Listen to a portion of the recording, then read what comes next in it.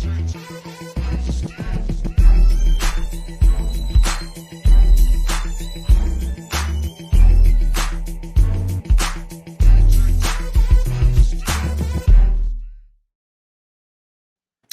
everybody, welcome to the Slam Nation on our brand new night. It is Tuesday, 8 p.m. You didn't look at it wrong. I know, Lord Cash, we are actually on our new time.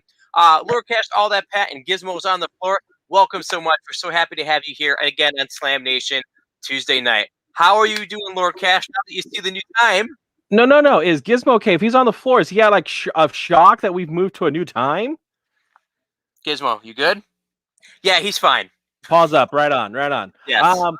I'm excited. This is kind of like our new season, but not really, because we've been doing this for about like November. Yeah, one of our first episodes was the Undertaker Retirement Survivor Series. Yeah, so this is pretty awesome and amazing. I'm loving this. Definitely, I think works well with my schedule, as well as I'm presuming yours. So I just realized our little logo here says Monday at 7 p.m. So let's go ahead and get rid of that. No, you were all good, and that's the thing, guys. Like we're still adjusting to it as well. But what's cool is that sometimes when we go over Raw in the past, I'm always kind of like, oh, hold on, I got to go back in time. Now it is fresh as a daisy. And last night's show, as we'll talk about, it was pretty fresh. There was some real interesting developments. Maybe not in feuds, but just in character development. We'll talk about it later, but a couple wrestlers, a couple acts had some pretty substantial wins in their career. Yeah, it was pretty interesting. Some of them that you may not have thought was going to win pulled out the win. Some that you thought was going to definitely win didn't.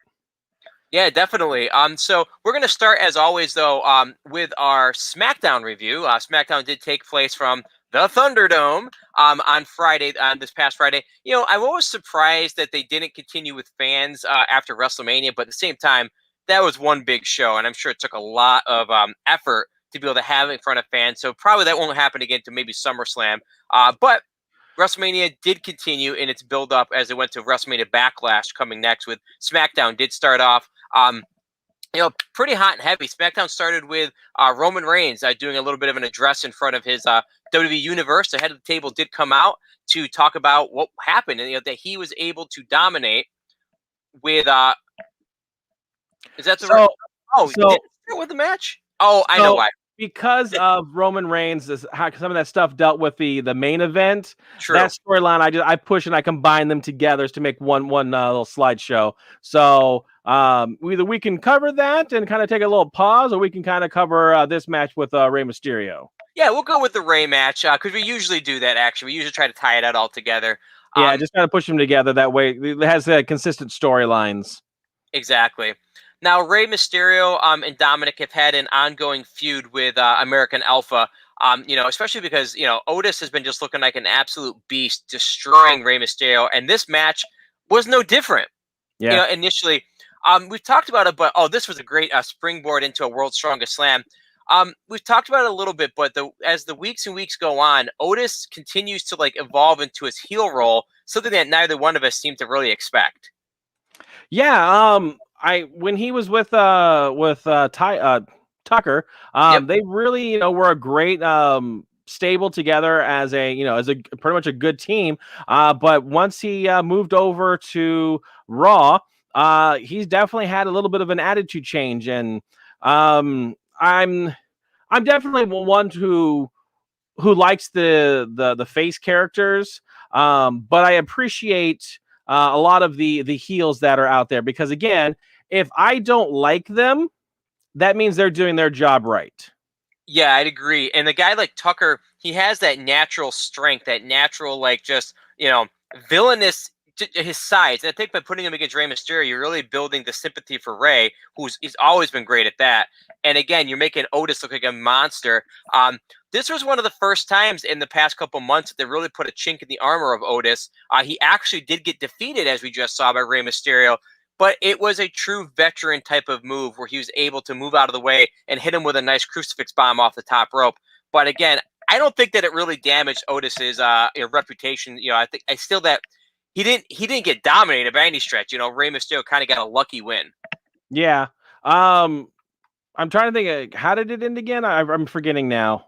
So Otis basically missed the top rope splash, I believe, and he missed a charge in the corner. But ultimately, Rey Mysterio came off the top rope with a crucifix, like a crucifix bomb, and he was able to roll him up for like a quick 1, 2, 3. But Otis got right back up. Like you could tell he was not down for the count. Well, he's down for Yeah. the count, but not down for real. Yeah, it's that's the veteran part of Rey Mysterio being in the business for 20 plus years. He knows all these little things that he can do to leverage a win out of, and he's been making a name for himself of going up against these Goliath-esque type people. When you have matches like the Big Show or whomever, it's always been the David versus Goliath. That they've always used that terminology. So I think Otis ate Goliath. And now this is what we're left with. So it's not surprise per se, but again, it's one of those things where it's kind of it's Rey Mysterio. Right, and I anticipate these foursome will continue on Friday, maybe with Otis going up against Dominic this time and basically almost destroying him, leading to a tag team match. Or, quite honestly, Chad Gable versus Rey Mysterio. Yes, please. I mean, those guys would be a great combination. They have a lot of technical ability. Those two one-on-one would be pretty nice too. Yeah, I think that would work out really, really well. So the next match of the night, I was actually a little surprised about that. They really went to this well already. Kevin Owens, a rematch with Sami Zayn. While these guys have a lot of chemistry, honestly, I don't feel we really needed this one, Lord Cash. What do you think? So close to WrestleMania. I'm never that much of a fan of WrestleMania rematches. Yeah. Because again, if you did your job right, then that should be the end of it. That should be the close out of that storyline. We should not be going back to this well. The Sami Zayn and Kevin Owens should be done unless they add another ingredient to the recipe, which I don't think they've done. No, not at all. I mean, the end of the WrestleMania encounter was a pretty clean win. Owens didn't cheat or anything. So he dominated him for all. I mean, it was a competitive match, don't get me wrong, but there was no need, like you said, for a rematch, especially if the outcome's still going to be the same. I mean, Sammy did obviously chicken out and try to leave, but why? This match, the way it was booked, this should have happened, if anything, that should have happened leading up to WrestleMania, not afterwards. And more than likely, we're going to have some kind of match at WrestleMania Backlash between the two, perhaps in a cage or perhaps a lumberjack match to build off of this count out. I could be wrong, and I hope I am, quite honestly. But yeah, it was a placeholder match. It really was. Yeah, it's always one of those things where okay, they've as far as your story writers, they've had this storyline, they've built it up, leading up to WrestleMania, and then it's like okay, there you go. We've given you what we've wanted for this, and now they're like, what now? Right. So it usually takes them a little bit to get those juices flowing again, to get the proper storyline moving, so that way we can actually build into the next pay-per-view, the one after that. So it's kind of par for the course. That's right after WrestleMania season. Certain matches are just bland.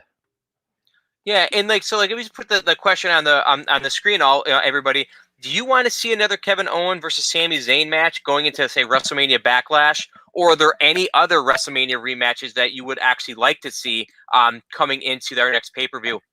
If there's something that kind of jumps out at you, put it in the chat. We'd love to hear from you. Yeah, do that. Now, next, this was a pretty big moment. Bianca Belair, who recently main evented WrestleMania Night 1, won the women's title, and what has been said by many people, including myself, it was the match of the weekend against Sasha, with one heck of a finish with that hair whip. She came out to celebrate with her husband and his tag team partner, the Street Profits.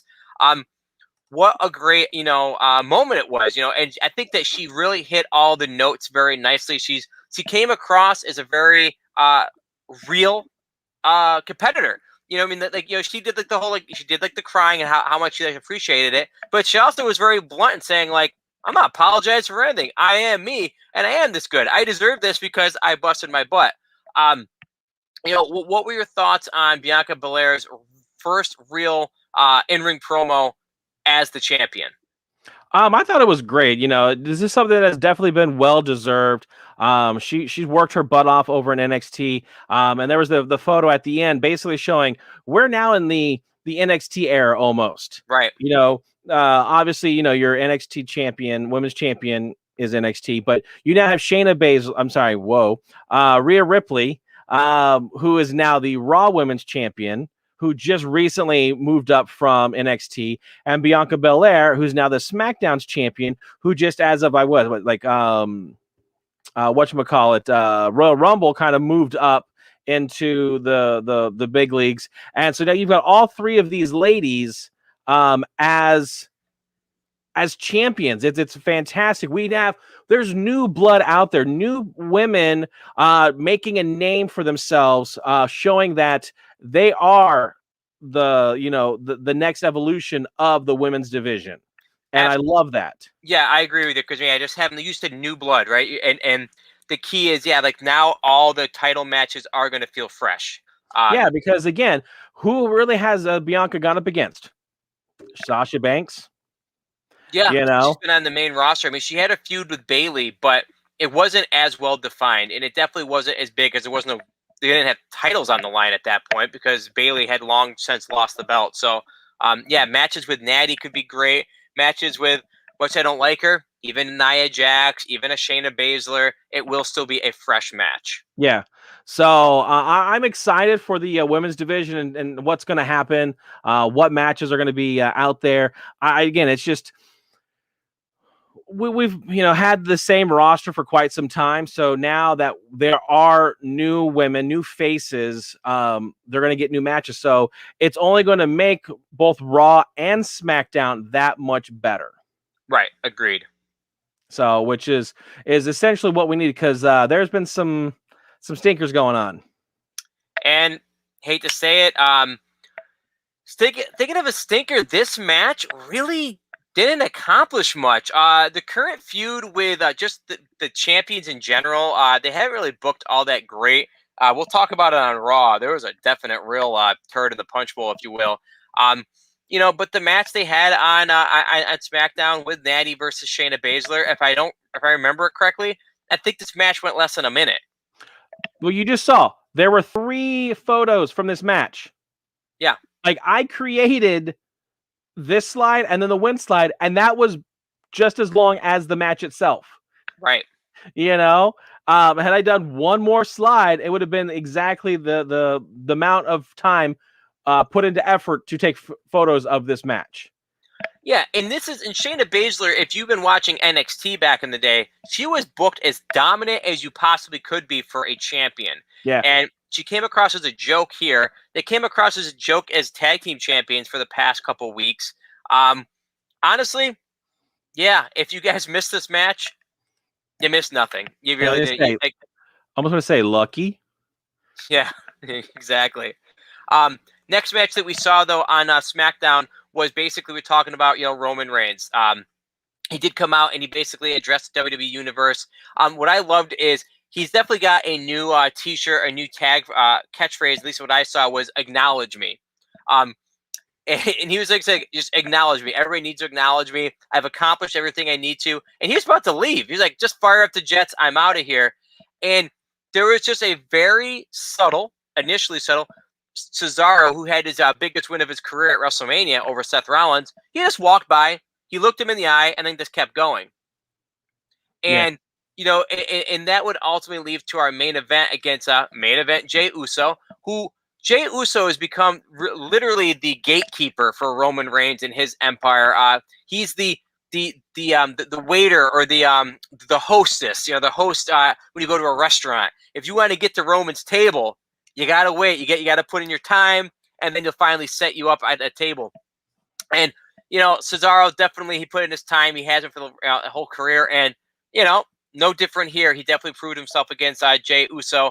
Once again, hitting that swing. I don't believe he hit the UFO though, even though they put it over like crazy. I have a feeling that's going to be a signature move that he busts out only like at pay-per-views. It's going to be kind of like Finn Balor's, demon, persona that you're only going to see the UFO every now and then. Because again, we don't, it's just going to be special.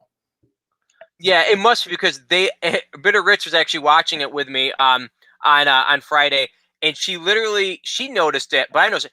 Do you know how many times they showed the UFO highlight from WrestleMania? Yeah, like 5 or 6 times it seems like. Yeah, we counted 4 officially, which is ridiculous.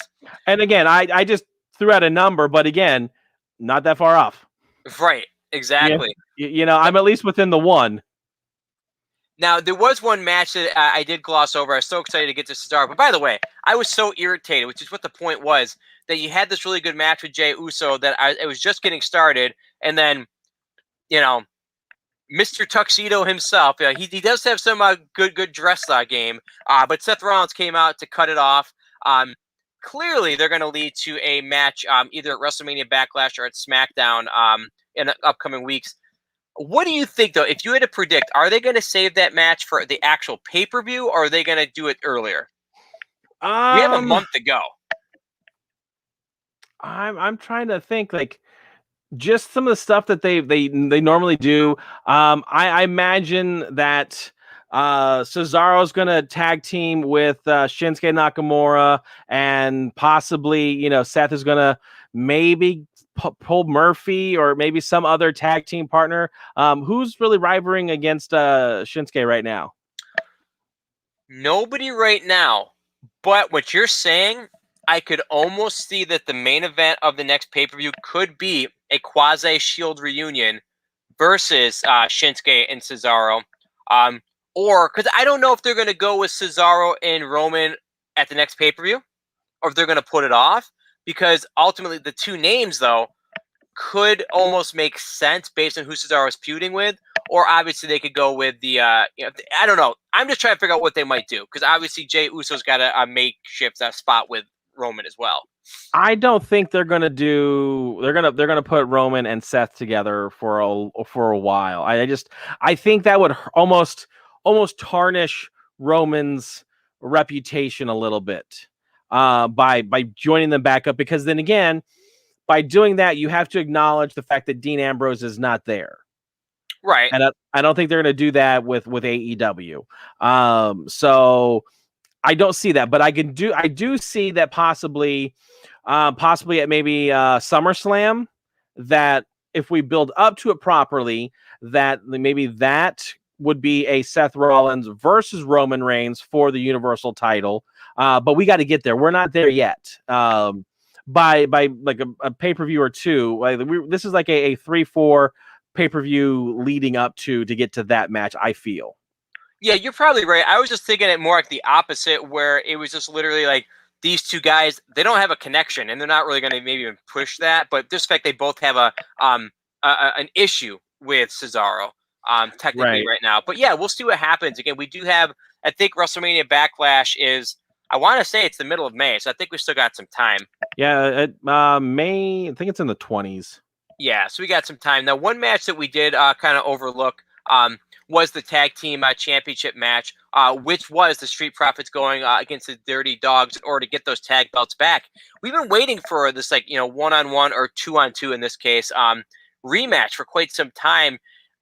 And surprisingly enough, they weren't successful. I figured that the Street Profits that came out, they had that 3-person moment with Bianca Belair.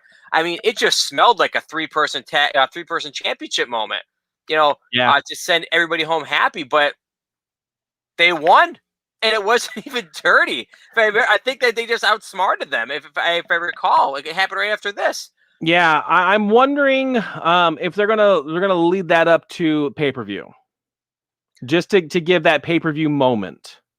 I mean, I don't disagree. This is the way that WWE books. But to me, if they're going to have that moment, why have them lose already? But then again, that's the deal with Riddle. He lost like every week for a month and a half and pulled the belt out of his butt. So, since we this is a show where the curtain is pulled back. We talk about everything, right? Of course. All right. So I'm sure you know that Riddle was never, ever, ever supposed to get that belt. I did see that. I did hear that on the rumor dirt sheets for sure. I don't know if that's where I read it, but basically because Keith Lee got injured, and they're like, let's see, let's put in John Morrison. You will take his place, but we need to get the belt off of Bobby Lashley. And John Morrison was already going to be in the storyline to have the feud with Bad Bunny. So they're like, hey, Riddle, it's your lucky day. Yeah, exactly. You just you win by default, and that would make sense just based on the way that he had been booked. We'll talk tonight about the way he's being booked now, at least after this past Monday last night. But yeah, you're right. I mean, we do see a lot of those rumors, and I do read them, and I look at the videos too. I kind of I let it kind of push my thinking, but not. I mean, as you can see, some of the way I see it, I go way past what anybody's trying to say because I want to have my own thoughts. Right. But yeah, you're right. I mean, there are people out there that are more in tune, get their ear to the ground a lot closer than we do, right. Or at least for me. I'll speak for myself. So some of that gossip, that grapevine, as you will, that I need that. That's not I need that, but that's where I get it from. So it's some of it has a little merit to it. So it's just interesting to see what actually is a straight up rumor that, or what actually is kind of leaked information that maybe or may or not have been wanted to come out. So that's one of the things that is always, you have to take those with a grain of salt. Yeah, I mean, as many of you know, if you've been watching any of our shows, one of the things that I really avoid at all costs, whether it be a TV show, a movie, or wrestling, is I hate spoilers. And anytime there's a wrestling pay-per-view, like the day of, there'll always be a little banners like, guess who's backstage? Spoiler, I don't want to know. Right. I remember when Edge made his return 2 years ago. Apparently, all my friends that were watching it, they knew about it. Yeah. I had no idea.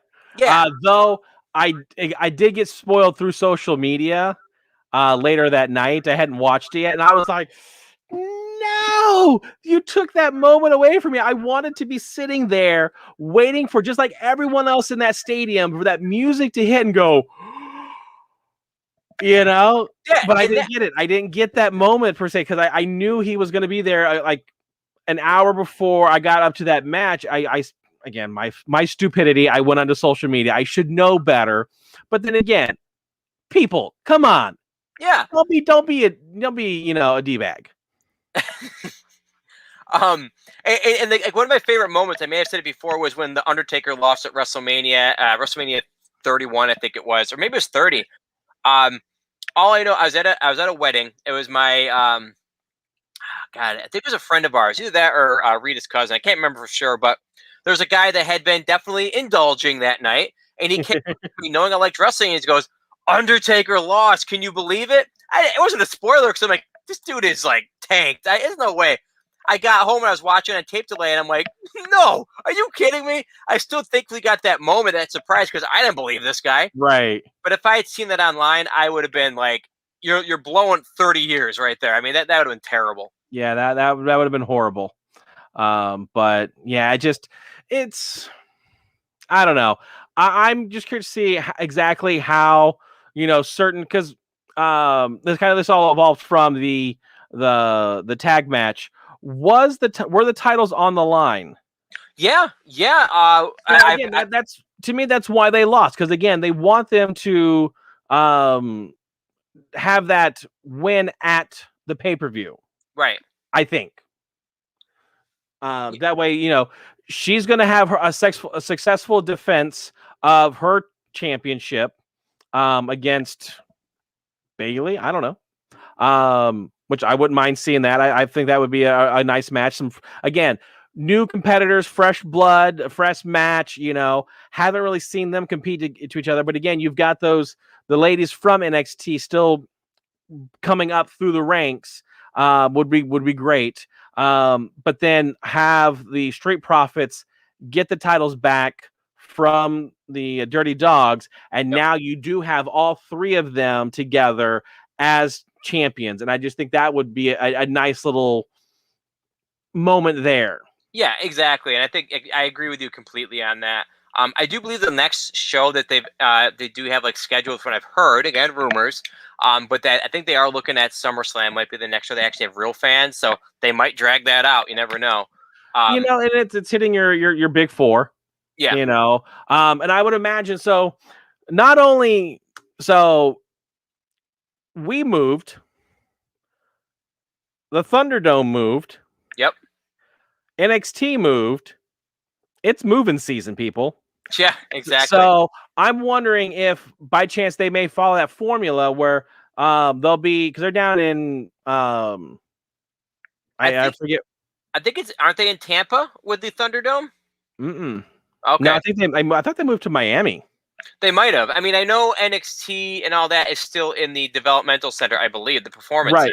Yeah, then they have that special name where it's like the wrestling arena or something like that. The Capital City Wrestling. Yeah, I'm like, okay, that's pretty cool. I like that. Yeah, no, I like that. Definitely makes it look kind of fresh. Now, when we were watching Raw, I don't think they skipped anything from SmackDown. But Raw definitely, each week we do have like Hulu's version, because it cuts it down to about an hour and a half. And then obviously the USA Network broadcast is a whopping 3 hours, which is still crazy. It takes a lot of energy and stamina to get through an episode of Raw some weeks. Now, Lord Cash, you were checking out, as we move to Raw, some of the things that were not covered. And that's going to tie into some of the stuff that I've got for my segment as well. But what things were not covered this week on Hulu? So I will tell you what was not covered at the Thunderdome, which is in St. Petersburg at the Yuengling Center. There you go. So that's where it is. But it's in St. Pete. So yeah, it's pretty close to Tampa area. So, but this is the segment that I like to call the cutting room floor. Basically, these are the matches that the WWE has deemed not good enough for rebroadcasting on the 90-minute, because it just didn't progress the story along very well. By chance, you've been watching the full episodes, right? I have now, yeah. I will say that last night it was a combination, because we were doing a couple, we were taping some stuff and actually broadcasting. So I'd say 50-50, but I've been able to see all of it now because I did see the Hulu version this morning in all of its entirety and realized that, yeah, there's some things that I did not see that I saw on Monday night. So some of these matches, I'm kind of surprised that they weren't there, because I feel like they are kind of important. So one of the things is the first match that happened was the Viking Raiders go up against Cedric Alexander and Shelton Benjamin.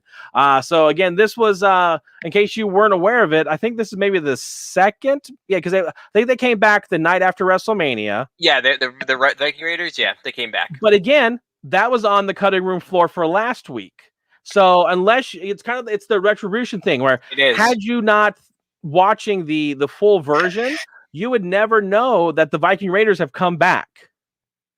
And so it's one of those things where it's like trying to build up, the tag division. You would want to showcase them a little bit, I would feel. And especially, going up against, former Hurt Business people. Tag champs. Yeah, they're now on the cutting room floor. But the Viking Raiders were able to pull out the win over them, and it was pretty much clean. I bet you one person or two people that are glad that it wasn't on Hulu, and that's Shelton and Cedric, because they've gone from like up here, and now they're just completely. I mean, they're below the Lucha House Party. I think they even beat them.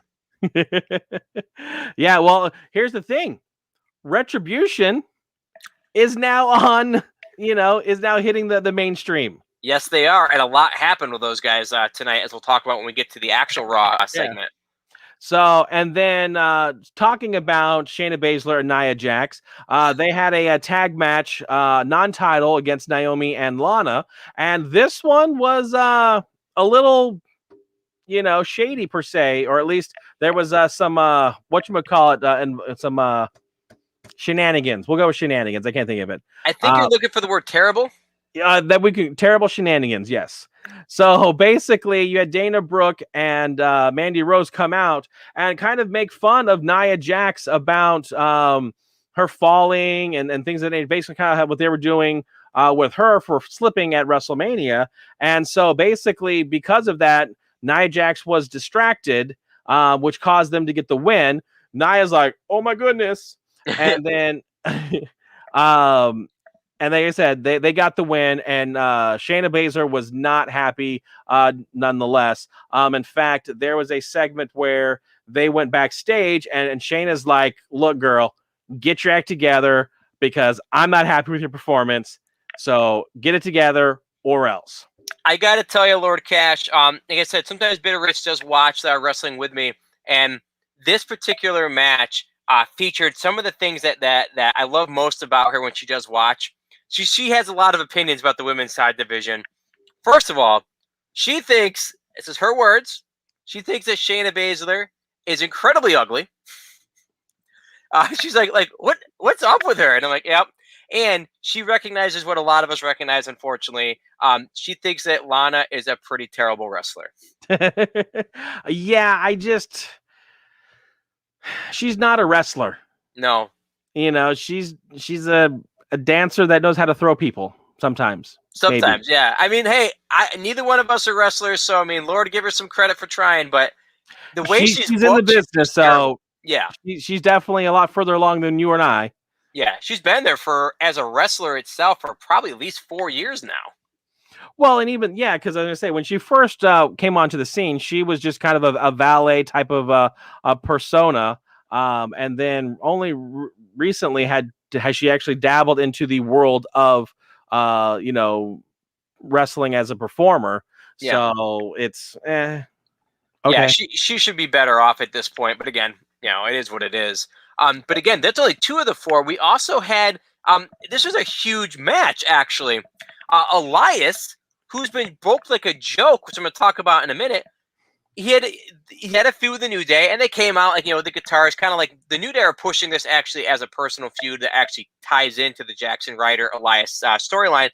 Pretty solid match back and forth, and it was really surprising to me. Elias beat him. They had a little of a botch of the SOS, but he beat him clean with his elbow drop. Look at that. That was a beautiful elbow drop. It is kind of funny, though, because, I mean, I'm a huge Macho Man Randy Savage fan. I never noticed Elias's version until last night, just because where the camera is. As soon as he lands, and then maybe it's a trick to everybody in the business, but as soon as he lands, he actually just goes, and he hits his hand right on the mat as he lands. So he actually doesn't make any contact. I always heard Macho Man drilled people, but it looks nice, though, for sure. But yeah, I didn't anticipate that Elias was going to win because he loses to like Braun Strowman and everybody else in like handicap matches all the time. Right. Well, and again, it's a one-on-one. I think kind of didn't he have a match last week kind of the same way, but he ended up losing to Kofi. This is kind of like a rematch type of thing. Yeah, I think it was a tag match last week. Yeah. So it's nice that they kind of at least give the rubber band match per se, at least let it, okay, I'll give you one, I'll give me one, I'll give you 2, I'll give me one. At least to kind of somewhat. I'm sorry, go ahead.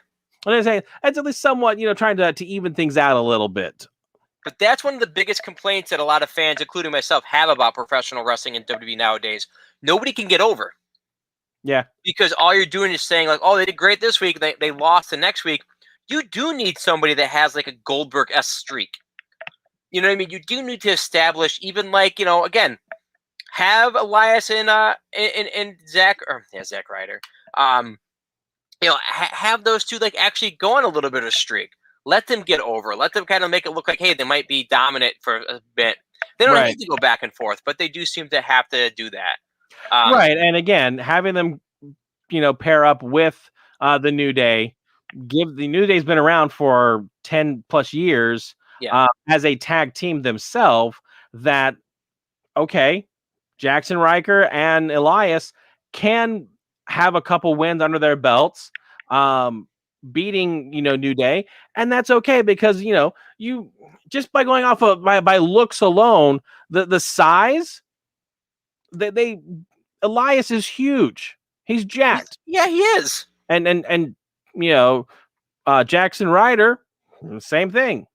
So just like I said, by looks alone, and they can actually put on a halfway decent match. And again, if you've got someone with the talent and being that ring care, can actually lead that match and kind of give them some guidance to some of the quote unquote up and comers. Because again, Kofi's been there for, good Lord, he's been there for how long? Like 20 plus years? We've been like 20-ish years.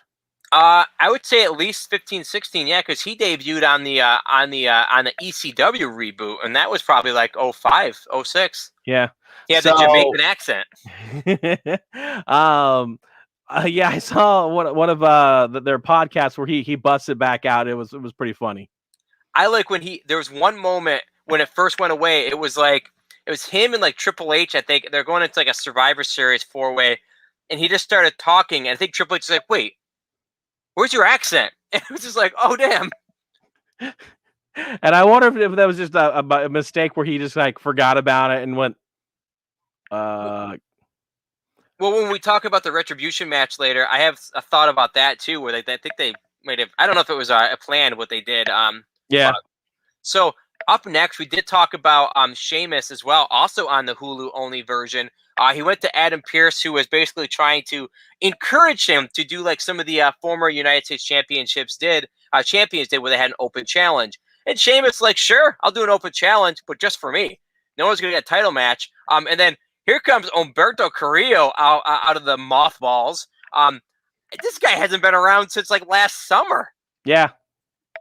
So, well, I think he had an injury, so perhaps. I mean, I saw him like backstage when Lashley was trying to get people to go after Drew McIntyre, I believe, and I was like, I think it's Humberto Carrillo. Yeah. So I think during the feud with Seth Rollins and Rey Mysterio, that kind of he got injured and has been out for a while, I think. Oh yeah, I must have missed that. I didn't see it. My eye. Yeah, there you go. But I'm curious, I mean, if Sheamus is going to do these United States Championship Open Challenge matches, I mean, what are your thoughts? I mean, do you see anybody right away that should answer, or should we just kind of like wait to have some more weeks play out? Because I've got a thought, but it's kind of out there. It's one of those things where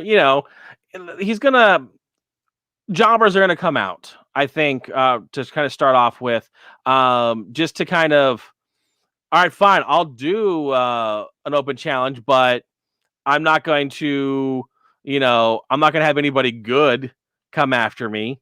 I don't want to lose my title by any means. Right. So you're going to have people, that you're going to have like your Murphys that are going to come out of the Ward Works to possibly try to take the title. And I'm kind of going like through the roster here. Yeah, I don't know, like who is not already in a some sort of storyline. Yep. That would be able to break away. So you mentioned him earlier, actually, that apparently, according to the rumor and innuendo in the dirt sheets, Keith Lee was originally supposed to get the belt, according to what you said. Yes. Hey, that'd be a perfect opportunity to sneak him right back into where they apparently want him to be. Comes back from whatever this mysterious illness or injury has been, and there you go. Answers the open challenge, knocks him off for the title. I mean, Sheamus doesn't need a long run. He's already got a Hall of Fame worthy career established. Right. Keith Lee comes out. I feel that's not going to happen until after WrestleMania Backlash, I think, or maybe like the Friday beforehand. He's going to come out, going to decimate him. Sheamus is going to get disqualified, and then that's going to lead to the Backlash WrestleMania match for the belt. I could see that, or it could be straight up an unknown open challenge at that show too. And that I think we're both on the same wavelength, though. Yeah, that probably happened around that point. Now that basically covers all the matches that were excluded from the Hulu edition.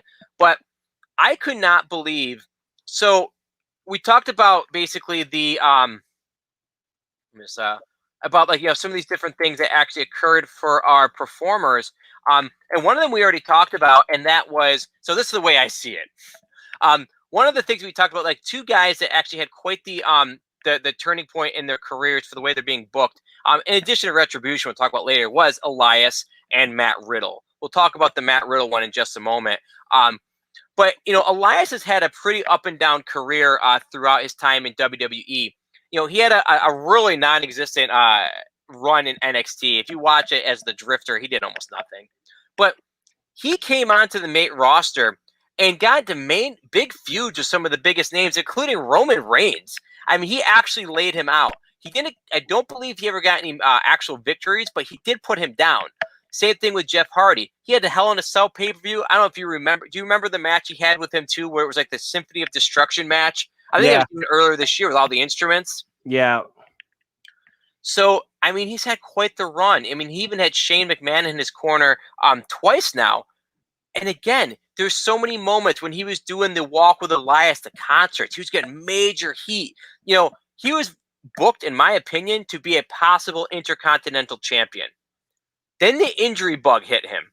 He was out for the better part of 6 months to a year. I don't remember the exact amount. He was out for a while. He comes back, and for all intents and purposes, he has become a jobber. And again, I'm sure there's moments that I'm not thinking of, but the reality is he's not been much has been done with him. So, I mean, he got beat in 2-on-1 handicap matches against Braun Strowman, which, don't get me wrong, he's a big dude. He's protected pretty well.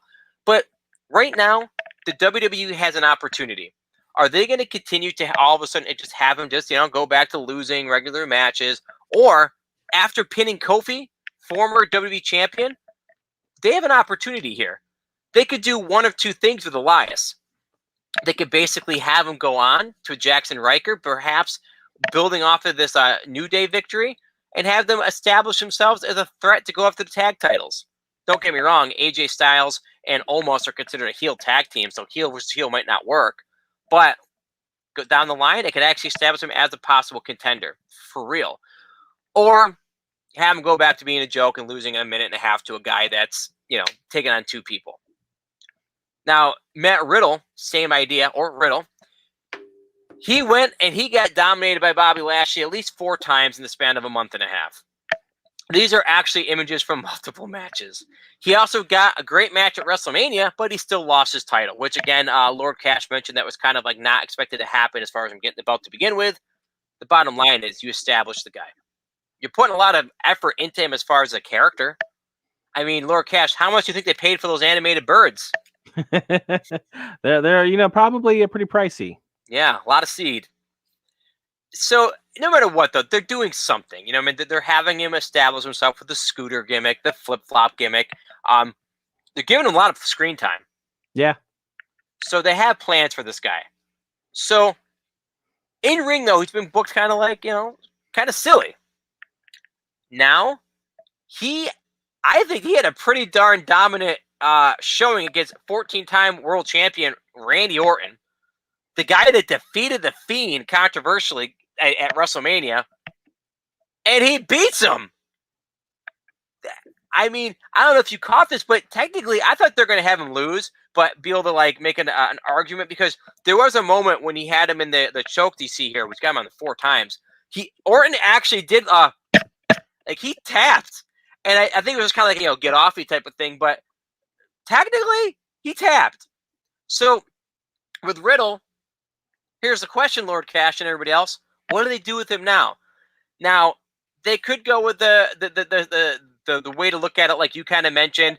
They could do the rubber match idea. They could have them go back and forth. Orton gets his win back next week. And then maybe at WrestleMania Backlash, they could go for the final match. They could do that. Or they could kind of do what they were alluding to be at backstage, which was the RK Bro or something like that. They might be that odd couple tag team. They may even beat AJ and Omos. You never know. What are your thoughts? Because the way I see it, I think they're going for an oddball tag team. I do not think they're going to go for that. And I only see the reason I say is because there's already so many oddball tag teams, so to speak, right now. Especially with your Nia Jax and your Shayna Baszler. They've already kind of just thrown them together. Yes, they're champion, but I just okay. I would absolutely love to see the RK Bros. I am definitely on the Riddle scooter. Okay, I everything whenever he's on screen, I'm loving the character, the screen time they're giving him, the character that they have made for him or that he's brought to the table. He is definitely putting 125% into this character, and for that reasoning alone, I'm all in. I've bought in. I'm all stocks in, because again, the way he's portraying the character, he's all in. Yeah. So that being said, if they do a RK Bros, I'll buy the T-shirt. If they do another match with Randy Orton and Riddle, I'm all in, because again, not only is Randy Orton a veteran within the ring, but Riddle, I think he puts on good matches. Yeah. And the two of them together with Randy kind of guiding him and molding him and giving him some of that ring wisdom, he's going to just get that much better. He's going to definitely raise up his stock. His performance is just going to get it that much better. So I don't know what they're going to have for him, but like I said, I'm all in. Yeah, I've complained about Riddle a lot. I liked him in NXT. I do like him as well.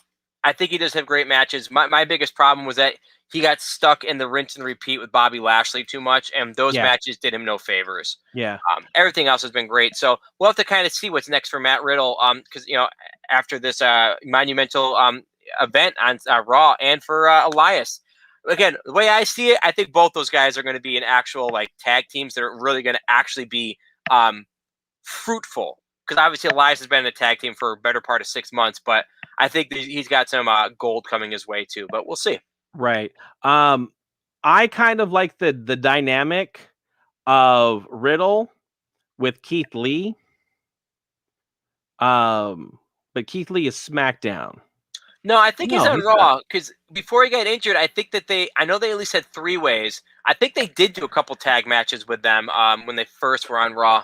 Right. So just because you've got, the surfer persona of Riddle kind of blending with the persona, the smooth talker, the big word vocabulary person of Keith Lee, have those two, that it's very much a yin and a yang type of personas that I think would go really well. And you've got your muscle with your technical, that they would really blend well together with each other.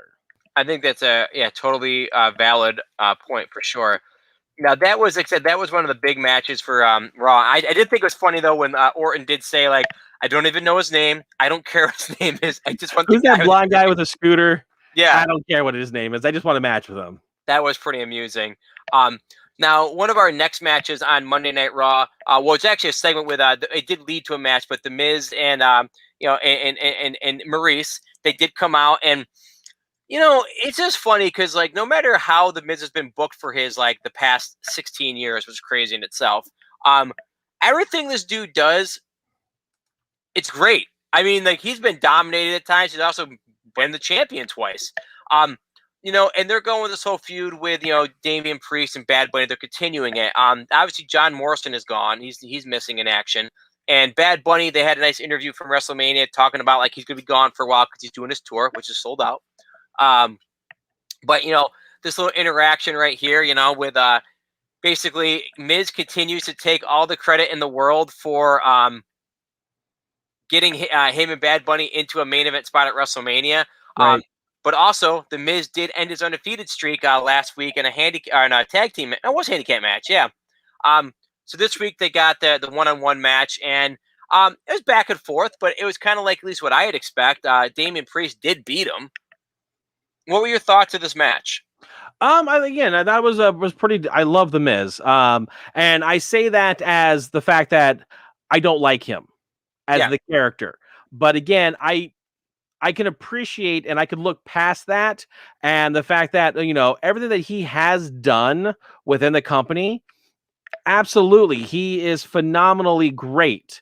Absolutely Hall of Famer, legend in the making.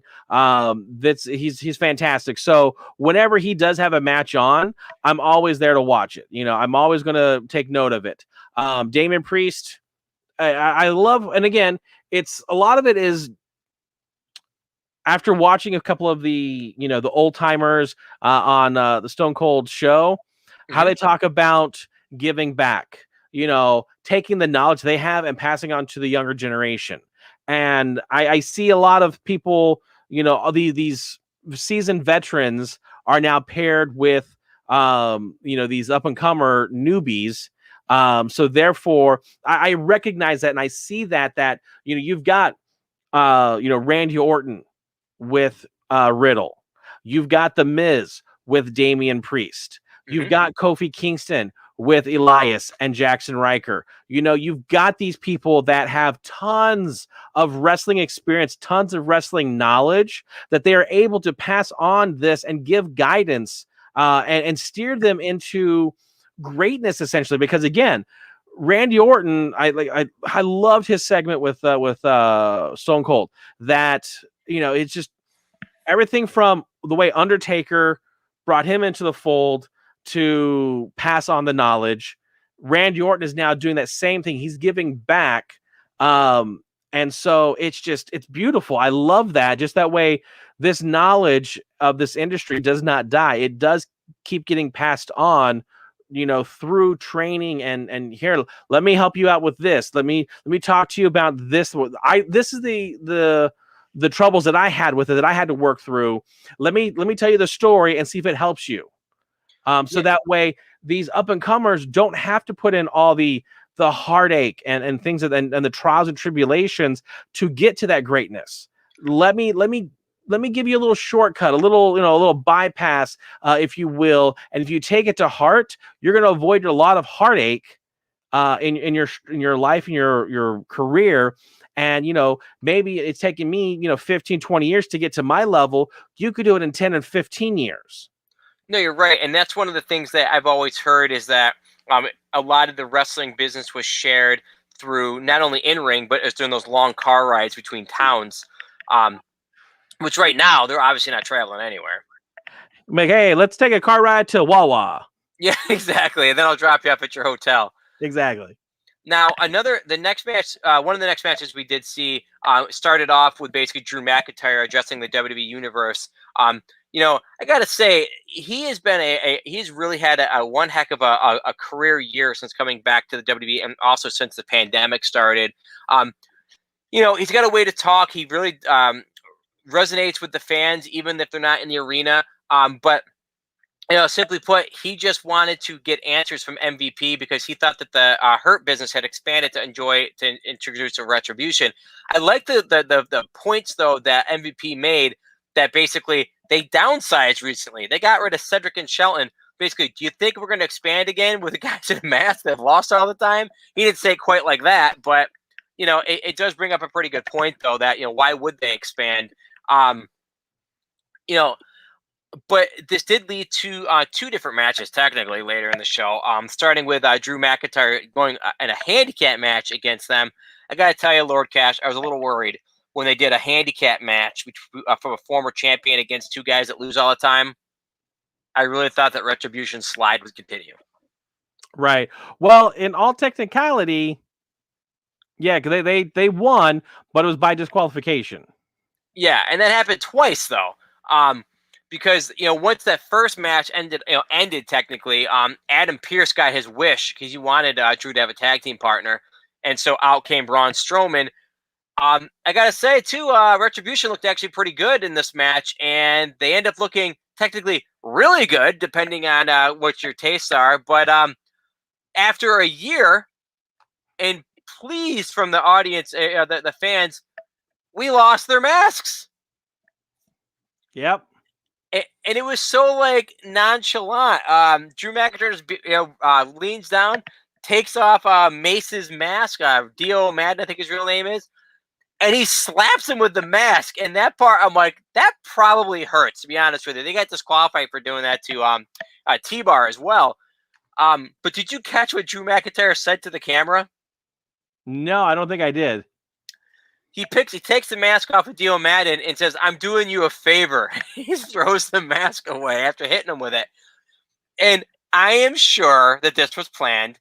But can you just imagine if, like, those two guys have been doing their job, but everybody's like, "You're never going to get over until you lose those dumb masks." And he's like, "You know what? I've got a lot of sway in this company. Screw it. They're not getting mad at me. I'm taking off your mask on TV." Right.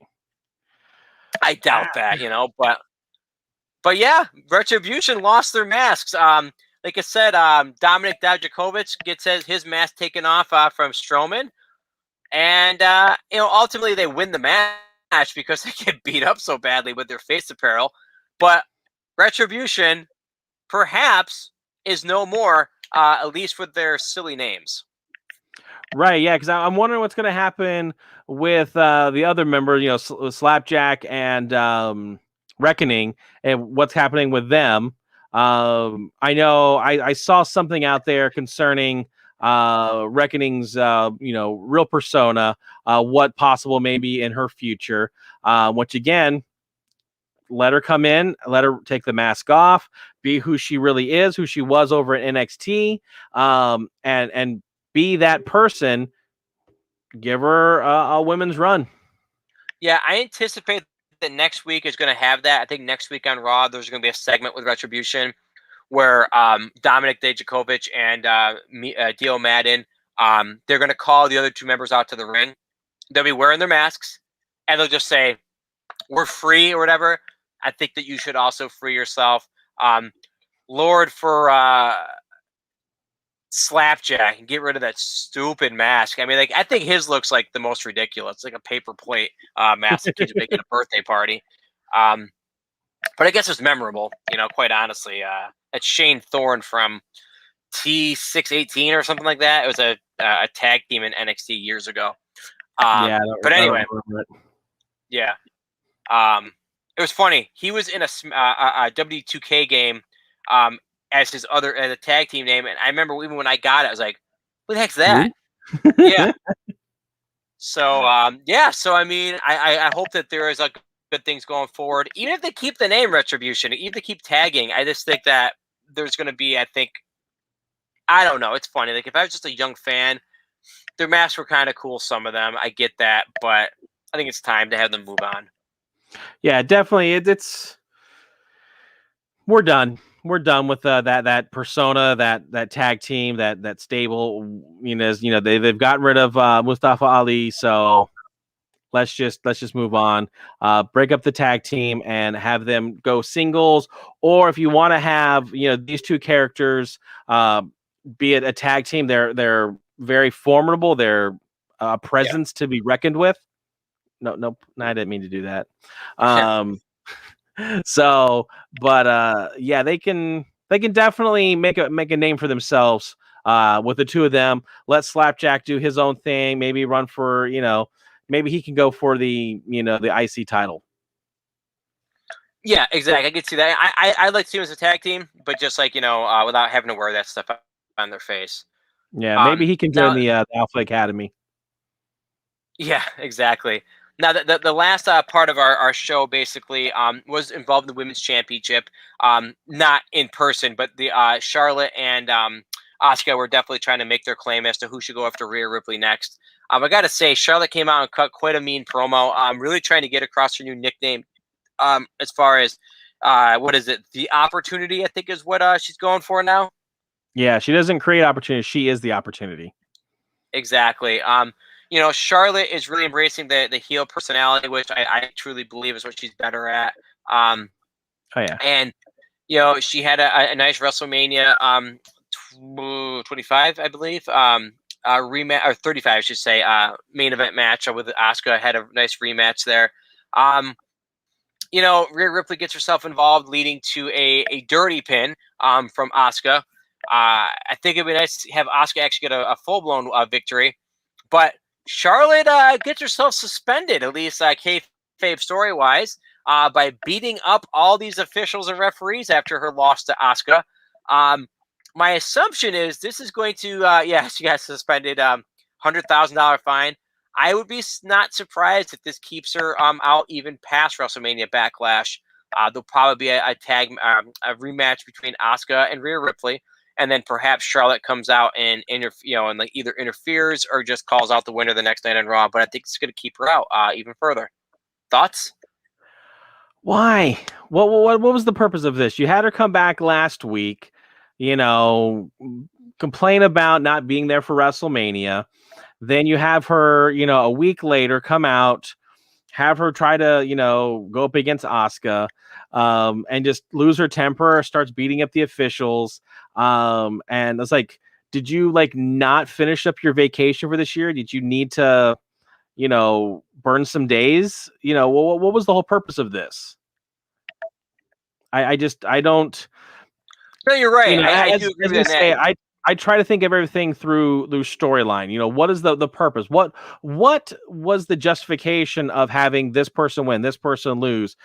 Put this person together with that one. What was the purpose of? What was the meaning of it? And I just, as it is right now, again, I'm not in the writer's room, so I don't know. But what was the purpose? What does this benefit Charlotte? Does this, establish her more as a bad B? I don't know. Asuka seems to think so.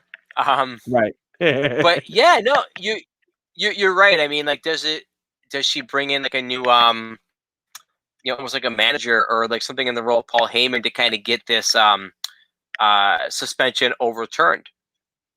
Right. That could be maybe too, kind of a life coach, like, hey, look, I've got an anger problem. Can you help with meditation? Some sort of meditation group.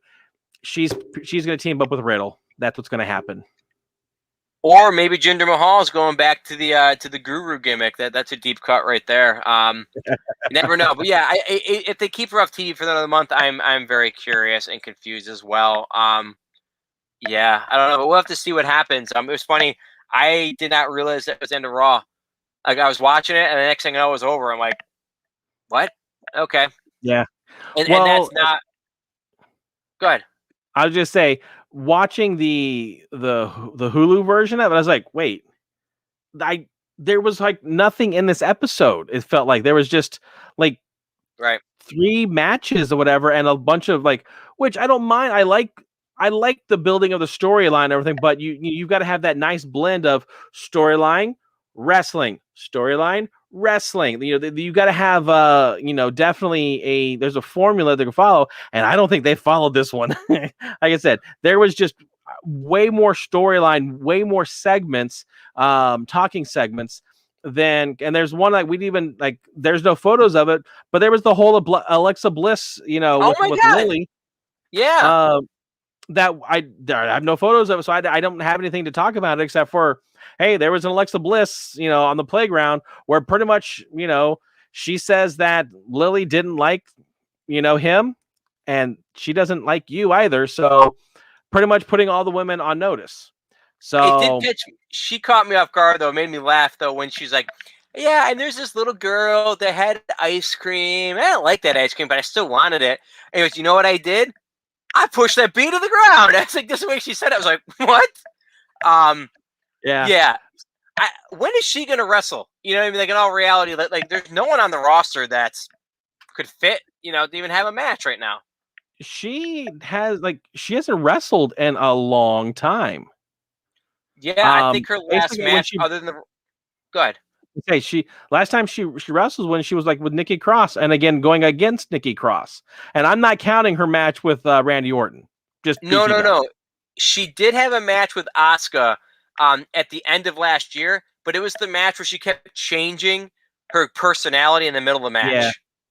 But and again, that I don't count as a match because again, it's too much theatrical, and I want a straight up match like we're getting now with these ladies. So It just I enjoy. I'm interested to see what they're going to do with her character, with her persona. And again, since she has not wrestled in a while, there's new faces, new blood, and everything. I would like to see her go up against some of these new people on the Raw roster that would, be good for her, that she hasn't tangled with yet. I really don't think that they have a clue.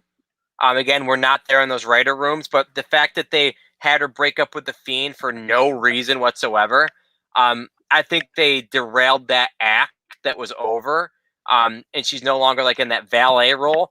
I think they don't have a clue what they're doing with her. They're just kind of like spinning the wheels, like, well, just hang out with her new puppet, and they'll give us a couple months. I don't think they have a clue. Yeah, and like looking at the thing, like, do you think she could go up against Rhea Ripley? No. Yeah. It would damage Rhea Ripley because she'd be stuck in the theatrics. Yeah. So we're just gonna have to wait and see what happens over the next few weeks and maybe leading up into the pay-per-view. Right. Now, as you guys have been joining us on Slam Nation on our new night, which again is Tuesday, don't worry about checking your calendar. Trust me, it's Tuesday. But let's talk about some of our other shows that we do have on our New York Nerds Network. So New York Nerd Show. So basically, also make sure that you like and subscribe. We do appreciate you guys doing that because that'll give you all the different updates when we do like we have shows that kind of pop up at different points just randomly. My computer's running a little slow over here. So anyway, with it being Tuesday, it's Slam Nation Wrestling. Tomorrow we're going to be on the Game Room. Tomorrow at 8 o'clock for the Game Room, it's going to be a return of one of our favorites, Royal Rumble for Riches. It's going to be a WrestleMania edition of Royal Rumble for Riches. Lord Cash, what could they expect to see tomorrow? So I've basically been able to recruit 20 of the male superstars that competed in this past WrestleMania 37. And so we're going to throw them into the ring together for a over-the-top battle royal match. And so we're going to have to see who was actually able to show up. Like I said, there's some competitors, the superstars that I wasn't able to procure. So they, just scheduling, it just didn't work out. It's going to be pretty good. I will tell you a little spoiler: The Miz and Big E will be there. Sounds good. That's my little. They've drew number 1 and number 2 in the match, so that's all I know. That they've told me. So it's going to be an awesome match, and all that Pat and myself will be calling that match to see who actually is going to be the victor of the WrestleMania 37 Royal Rumble for the Riches. Awesome. That'll be tomorrow at 8 o'clock. On Thursday, we're taking a look at the 5th and second to last episode of the Falcon and Winter Soldier from Disney Plus on iStream Ustream. I just saw the episode today, and it's a fantastic episode. I can't wait to talk to everybody about that. So you have some really big developments when it comes to some of the characters, all the characters, really. Friday and Funko Royalty, I believe, Lord Cash, you talked about a couple WWE exclusive pops. That's right. I was able to procure a couple of the WWE Walmart exclusive Funko Pops, as well as there's another one that I've got a couple 10-inch pops from Walmart as well. I don't remember which ones are in those. When I checked out the email, it didn't tell me what was inside. So it's going to be a surprise for both you and me. So I'm excited to see what's going to happen on Friday for that. Well, speaking of surprises for everybody, on Saturday on our Mail Call Mail Time, a couple other things. But this week, for sure, we got the new Dinosaur Dracula Fun Packs. This came in the mail today, and I cannot wait to open it and show everybody. Yep, Gizmo's pretty excited. Oh yeah. Let's see, a little bit of a run in from Gizmo right here. Might be a little slow, but yeah, it's pretty laggy. But anyway, that'll be on Mail Call Mail Time this week. But as always, we do thank you guys for joining us. Yeah, there we go. There's Gizmo. Never ending story. Yeah, she's excited. So be like Gizmo. Do a run in on our show. Make sure to like, share, subscribe. Anyway, with that being said, Lord Cash, are you ready to get out of here? I'm ready. Let's just jump the fence and go home. Let's go. Adios, everybody. See you next.